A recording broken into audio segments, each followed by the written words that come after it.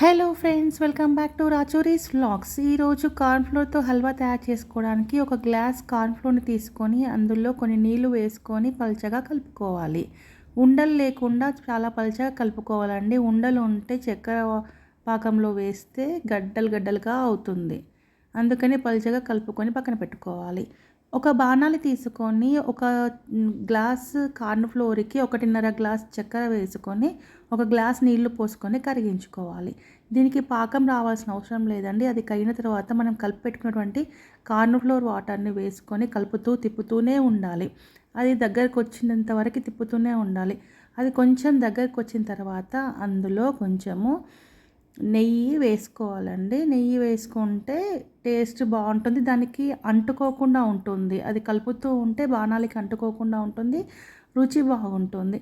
అలా మనం వేసిన నెయ్యి ఇంకిపోయిన తర్వాత మళ్ళీ రెండోసారి కూడా నెయ్యి వేసి కలుపుకోవాలి. ఇందులో టేస్ట్కి రుచి ఇంకా పెరగడానికి కొంచెం ఇలాచీ పొడి వేసుకోవాలి. కొంచెం ఫుడ్ కలర్ వేసుకోవాలండి. నేను ఆరెంజ్ కలర్ ఫుడ్ కలర్ వేసుకున్నాను. ఇలా కలుపుతూనే ఉండాలి. కలుపుతూ ఉంటేనే దాంట్లో లోపల అనేది జిగుటుగా అవుతుంది హల్వా.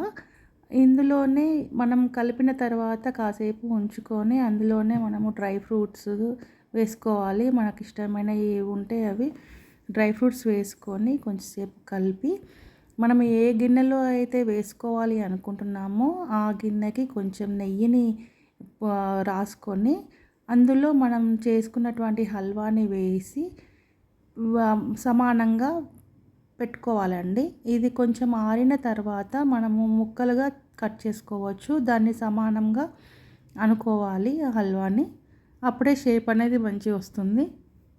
ఇది కొంచెం ఆరిన తర్వాత ముక్కలుగా కట్ చేసుకోవాలి. లేకపోతే సరిగా రావు, అంటుకుంటుంది. మనం నెయ్యి రాసుకోవడం వలన ఆ హల్వా అనేది గిన్నెకి అంటుకోకుండా మంచిగా వస్తుంది.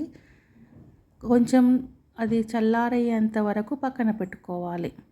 చల్లారిన తర్వాత మనం ఒక ప్లేట్లో తీసుకొని దాన్ని ఉల్టా తిప్పుకోవాలండి. ఉల్టా తిప్పుకొని వేసుకుంటే మనకు అది షేప్ చాలా బాగా వస్తుంది.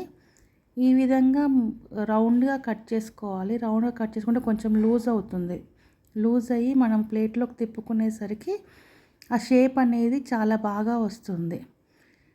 చూడండి ఎంత బాగా వచ్చిందో షేప్. హల్వా చాలా యమ్మీగా ఉంది కదండి. రుచి కూడా చాలా బాగుందండి. మీకు ఇంకా చక్కెర తక్కువ కావాలంటే ఇంకొంచెం తక్కువ కూడా వేసుకోవచ్చు. ఈ విధంగా కర్వ్ షేప్లో ఉంది కాబట్టి డిజైన్గా ఉంది కాబట్టి సమానంగా ముక్కలు అనేవి కట్ చేస్తే రాలేదు. చాలా బాగుందండి. చాలా టేస్టీగా ఉంది. మీరు కూడా ఒకసారి ట్రై చేయండి. మీకు నచ్చితే లైక్, షేర్ అండ్ సబ్స్క్రైబ్.